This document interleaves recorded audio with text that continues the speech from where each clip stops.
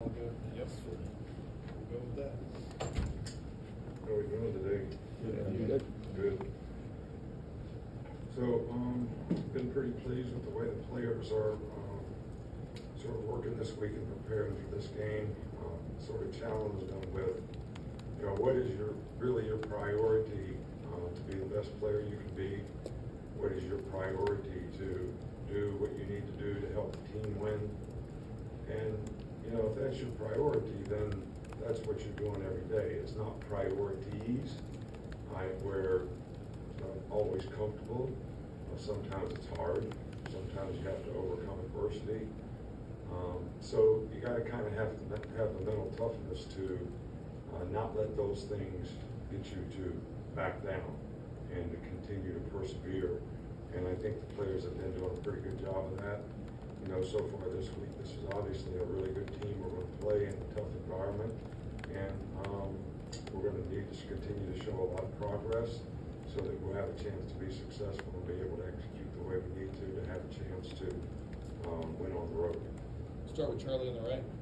Hey Coach, just what kind of progress have you seen from Amari Niblack and the weapon he's been for your offense? Yeah, he's doing great. He's a really good receiver. He's improved as a blocker. This year, his confidence and knowledge of the offense and what he's doing, how to do it, why it's important to do it that way is so much better. And I think it's, starting to show up in how productive he is, on the field as a player. Nick Kelly, stay right over here. Yeah, the NCAA approved the shrinking of the transfer portal windows today by a few days. Do you have any reaction to that, or what are your thoughts?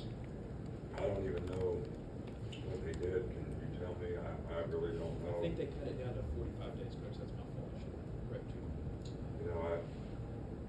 I'm sure there was good reason for whatever they did to do what they did, and I've said before, I'm all for players having rights to do the things that they want to do, and I'm all for name, image, and likeness, and guys being able to do things that create value for them. I'm not for just paying guys to play. That's not what name, image, and likeness was supposed to be. I don't really know what they did today, so I really shouldn't comment on it. Stay right here with Kennington. Players on offense this week emphasize how important it's going to be to communicate on the road. How have you seen that side of the ball handle that through practice? Well, I think the big day for that is, it's really important. We've been emphasizing it all week, but tomorrow's always the day that we practice with noise. I know the centers and the quarterbacks have worked a little bit extra, on that with noise this week. But tomorrow will be the day that we need to really go through the whole practice and be able to deal with noise, and that's really when you can see how much it's going to impact the players.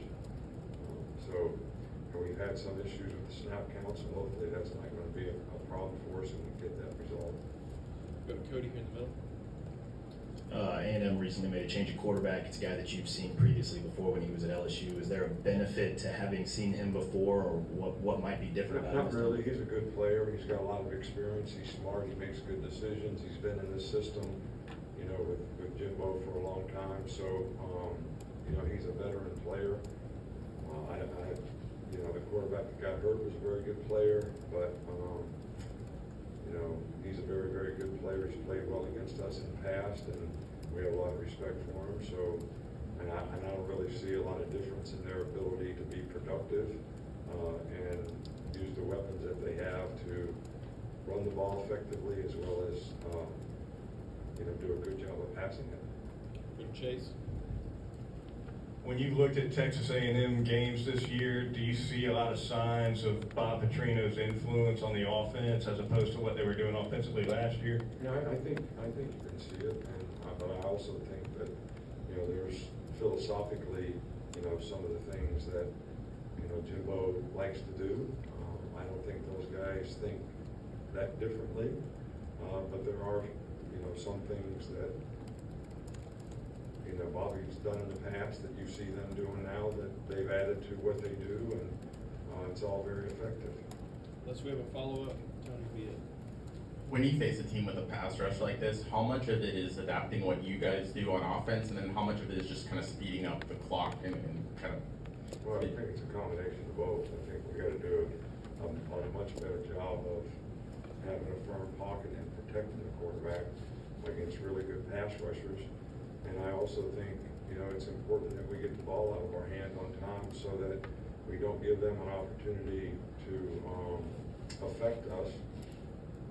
So it's really a combination of both, and it's a combination of the receivers getting open, playing fast, so that we can make quick decisions about what we do and how we get rid of the ball.